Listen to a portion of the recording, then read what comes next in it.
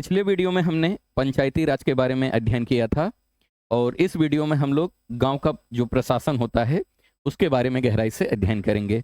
तो आइए लेक्चर शुरू करते हैं। बताया जा रहा है कि भारत में 6 लाख से अधिक जो हैं गांव हैं। उसकी पानी, बिजली, सड़क आदि की ज़रूरतों को पूरा करना कोई आसान काम नहीं है। इसके अलावा जो है, जो गांव में रहते हैं उनका जो ज़मीन है उसके जो दस्तावेज यानी जो डॉक्यूमेंट है उसका मेंटेनेंस करना यानी उसका मेंटेन रखना, अपडेट करना, और जो गांव में लोगों के झगड़े होते हैं, आपसी जो विवाद होते हैं, उसका भी निपटारा करने की ज़रूरत पड़ती है। इन सब की व्यवस्था के लिए जो है गांव का क्या होता है, एक प्रशासनिक ढांचा भी होता है। इस पाठ में हम 2 ग्रामीण प्रशासनिक अधिकारियों के बारे में चर्चा करेंगे या विस्तार से समझेंगे। तो ऐसे 2 प्रशासनिक अधिकारी इस चैप्टर में हमें मिलेंगे जिसके बारे में हम अध्ययन करेंगे। पूरे देश की जिम्मेदारी किसके ऊपर होती है? पीएम के ऊपर होती है। एक राज्य की जिम्मेदारी सीएम के ऊपर, एक जिले की जिम्मेदारी एक डीएम के ऊपर होती है ना। तो आप डीएम बनने का सपना देख रहे हैं। जब आप आईएएस बनेंगे तो आप डीएम बनेंगे। जब आप आईपीएस बनेंगे तो एक जो बड़ा अधिकारी बनेंगे उसमें एसपी साहब बनेंगे, है ना। तो गांव की बात किया जाए तो गांव में भी कुछ अधिकारी होते हैं। जब आप स्टेट पीसीएस के माध्यम से सिलेक्ट होंगे तो चांसेस है कि आप गांव का अधिकारी बन सकते हो। तो इस चैप्टर में उसके बारे में हम अध्ययन करेंगे। तो आइए शुरू करते हैं। सबसे पहले हम समझेंगे पुलिस थाने का कार्यक्षेत्र। जब आप स्टेट पीसीएस के थ्रू पुलिस बनेंगे तो आपका जो पहला पसंदीदा जो जॉब रहेगा वो इंस्पेक्टर का होता है। इंस्पेक्टर वही होता है जो एक थाने का हेड होता है, यानी समझ लो कि एक थाने का जो बॉस होता है वो इंस्पेक्टर होता है, जिसे हम लोग दरोगा कहते हैं। तो पुलिस थाने का कार्यक्षेत्र देखते हैं।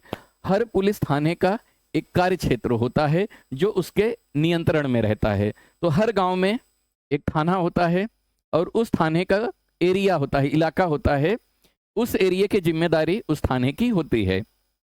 इस क्षेत्र के अंदर अगर चोरी होती है या कोई दुर्घटना होता है या मारपीट होता है या झगड़ा होता है या हत्या होता है या कोई अन्य अपराध होता है तो उसकी जो है रिपोर्ट यानी एफआईआर उसी थाने में दर्ज की जाती है। तो हमारा जो गांव है, गांव में अगर कोई विवाद होता है उसका कंप्लेन करना पड़ता है। तो कंप्लेन कहाँ पे करना पड़ता है? थाने में जाके। जो गांव है, हर गांव में एक थाना होता है। उसी थाने में जाके लोगों को क्या करना पड़ता है? एफआईआर दर्ज कराना पड़ता है अगर इनमें से कोई घटनाएं होती हैं तो। थाने का जो प्रमुख अधिकारी होता है उसे हम लोग क्या कहते हैं? थानेदार। इंग्लिश में स्टेशन हाउस ऑफिसर। ज्यादातर बात किया जाए तो इसमें कौन होता है? सब इंस्पेक्टर होता है, नहीं तो इंस्पेक्टर साहब होते हैं। यही 2 लोग जो होते हैं इस थाने के प्रमुख अधिकारी के रूप में यहाँ पे उनकी नियुक्ति होती है।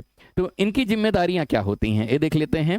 घटना से संबंधित लोगों से पूछताछ करना, जो भी घटना या दुर्घटना हुआ है, और उसकी जांच पड़ताल करना, सबूत इकट्ठा करना, अपने कार्य क्षेत्र के अंदर अपराधों पर कार्रवाई करने की जिम्मेदारी वहाँ का जो थाना होता है उसकी जिम्मेदारी होती है। हो सकता है आप स्टेट पीसीएस का एग्जाम दें और आपका रैंक ठीक ठाक आया और आपको ये सब जिम्मेदारी मिल सकती है। हालांकि इंस्पेक्टर और सब इंस्पेक्टर की जो तैयारी है वो अलग तरीके से होती है, उसके बारे में हम फिर कभी चर्चा करेंगे, ठीक है। तो आगे देखते हैं। पटवारी। पटवारी के बारे में समझना बहुत जरूरी है। पटवारी कौन होता है, इसका काम क्या होता है, तो देखते हैं। पटवारी का मुख्य काम जो होता है गांव की जमीन को नापना और उसका रिकॉर्ड तैयार करना। अब पटवारी कौन होता है? पटवारी समझ लो कि एक अधिकारी होता है। उसका काम ये होता है कि जो गांव की जमीन है उसको नापे और उसका क्या करे? रिकॉर्ड तैयार करे। कि गांव में क्या होता है, लोग जमीन बेचते रहते हैं या किसी का जमीन पे कब्जा कर लेते हैं, है ना। तो ये सब जानकारी किसके पास होती है? पटवारी के पास होती है। पटवारी क्या करता है? गांव की जमीन को नापता है और उसका रिकॉर्ड तैयार करता है। हर पटवारी जो है कुछ निश्चित गांव की भूमि का हिसाब रखता है।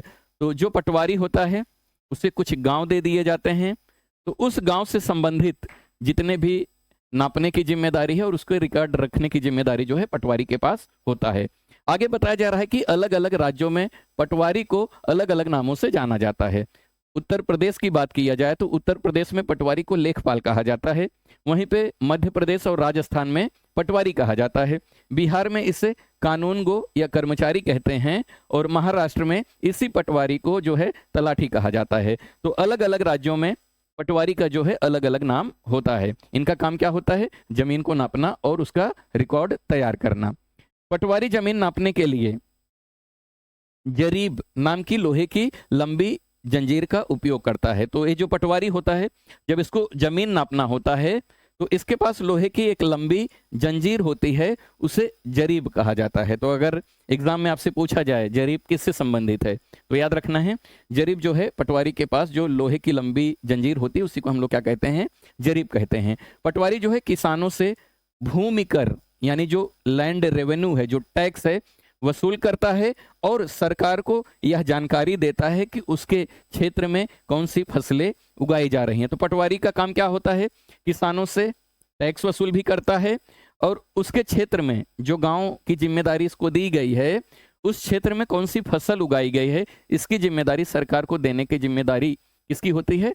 पटवारी की होती है। पटवारी क्या करता है? उसके क्षेत्र में कौन सी फसल उगाई गई है उस सरकार को बताता है। ये पटवारी का काम होता है। पटवारी का कार्य और भूमिका क्या होता है तो देख लेते हैं।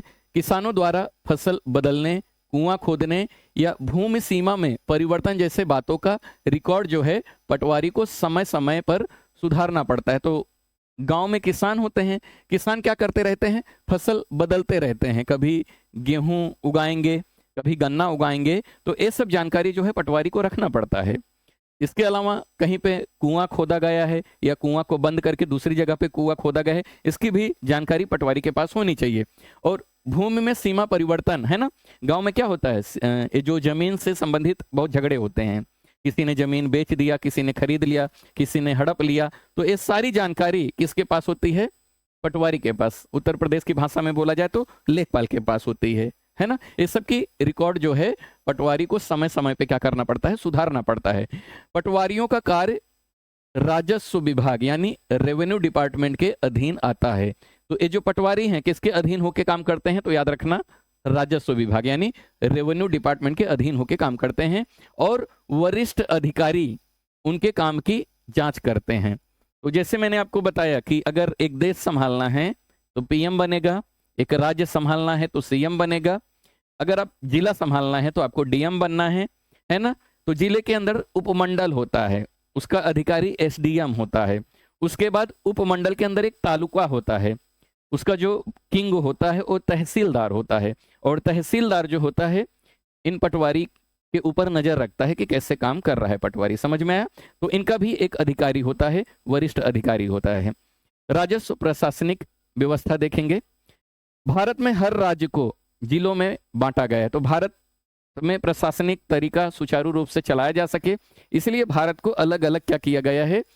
जिलों में बांटा गया है। भारत को पहले राज्यों में बांटा गया है और हर राज्यों को जो है जिलों में बांटा गया है ताकि प्रशासन जो है अच्छे से चल सके।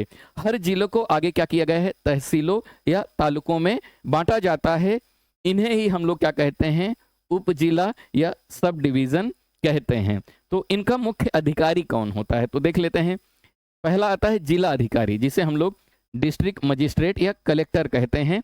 एक आईएएस अधिकारी होता है।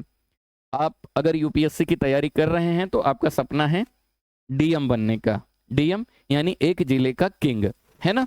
तो एक जिले का जो अधिकारी होता है कौन होता है? डीएम यानी डिस्ट्रिक्ट मजिस्ट्रेट, जिसे हम लोग कलेक्टर भी कहते हैं। ये जिले का प्रमुख यानी हेड होता है। उसके बाद तहसीलदार, ये भी एक अधिकारी है ना।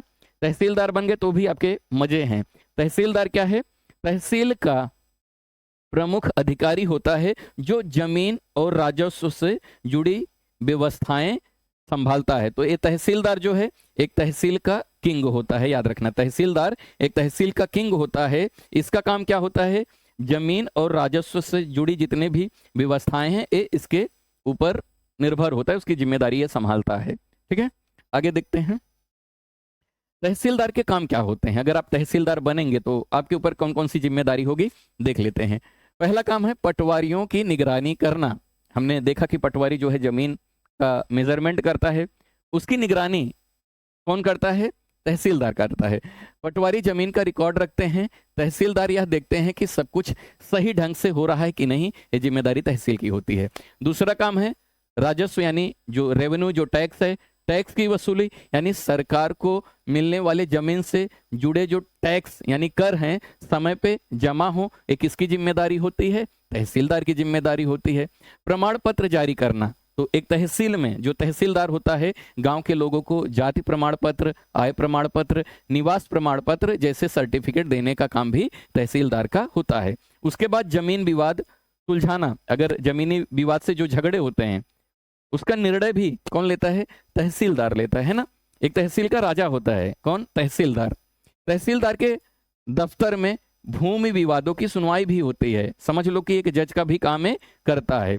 अगर आप गांव में जाएंगे तो ये दो शब्द आपको सुनने को मिलेगा, एक खसरा और एक खतौनी। होता क्या है खसरा खतौनी, मान लेते हैं आपने यूपीएससी का एग्जाम क्वालिफाई कर लिया है और इंटरव्यू में आपसे पूछ लिया खसरा खतौनी क्या होता है, तो मैं बता देता हूं, याद रखना। खसरा क्या होता है, देखो यह एक जमीन का नक्शा जैसा रिकॉर्ड होता है।